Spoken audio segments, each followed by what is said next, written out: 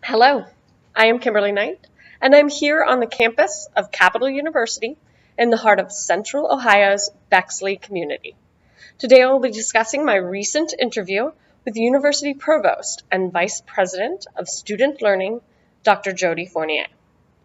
Dr. Fournier has previously served as Associate Provost for Academic and Student Affairs and prior as Dean of Studies before being appointed to the new position, Vice President of Learning, in 2017. He has been with Capital University for 20 years and is a tenured professor in the field of developmental psychology and is passionate about teaching and student success.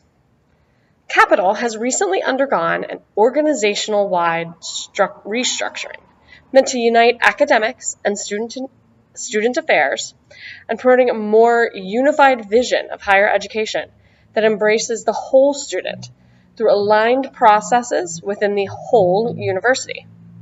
Dr. Fournier was intimately involved in the years-long process, still ongoing, that has transformed Capital University into a more holistic and student-supportive learning organization. He recently talked to me about this transformation process in detail.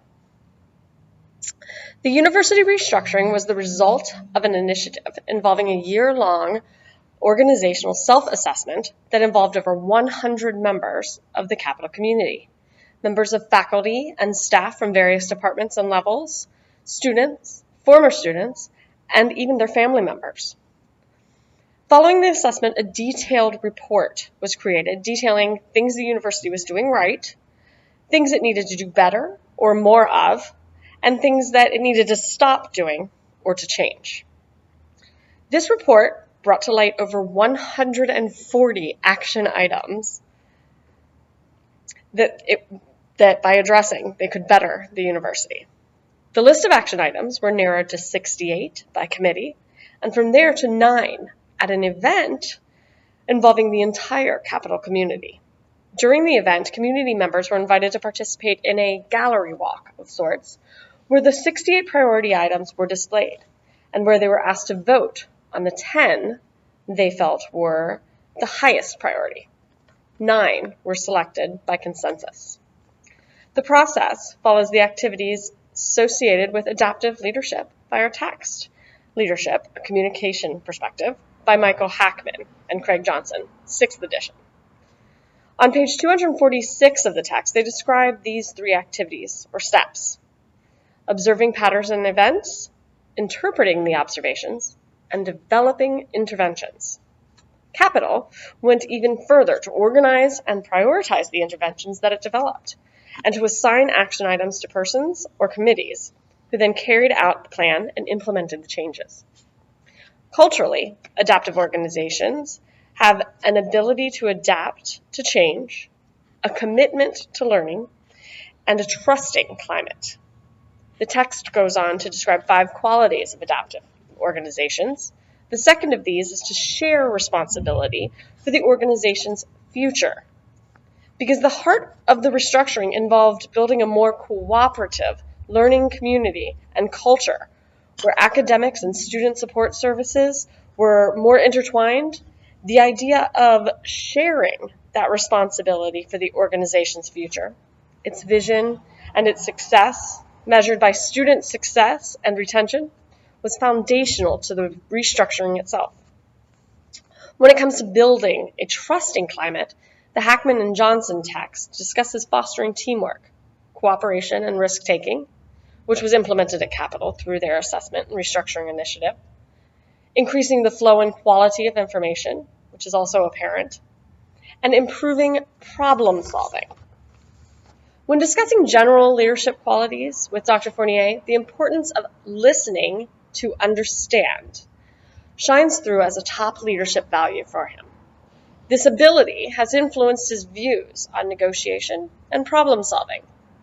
He is proud to have rarely had to deny requests made to him as an administrator, and talks about the power of saying yes. He admits that it's important to know how and when to say no, and to be able to do so when a request does not align with the values of the organization. but he says that he always strives for yes. The method he describes aligns with the Fisher and Urey methods described in our text, beginning on page 186, and in their book, Getting to Yes. Especially, it emphasizes the second step to problem-solving styled and principled negotiation, which is to focus on interests, not positions.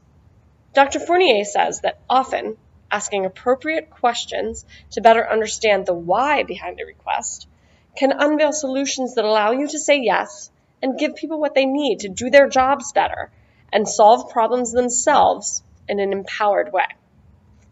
Dr. Fournier is a culture builder.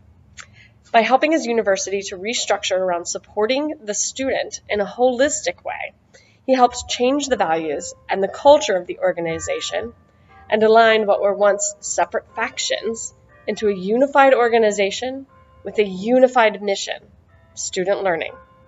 On page 240, Hackman and Johnson said, "Your effectiveness as a leader will depend in large part on how well you put your stamp on an organization's culture."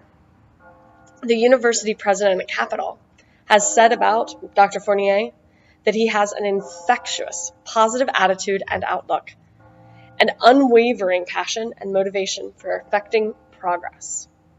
It seems clear that Dr. Fournier's personal values have indeed put a stamp on the values and culture at Capitol in a way that is likely to contribute to the continued success of the university and for Dr. Fournier himself.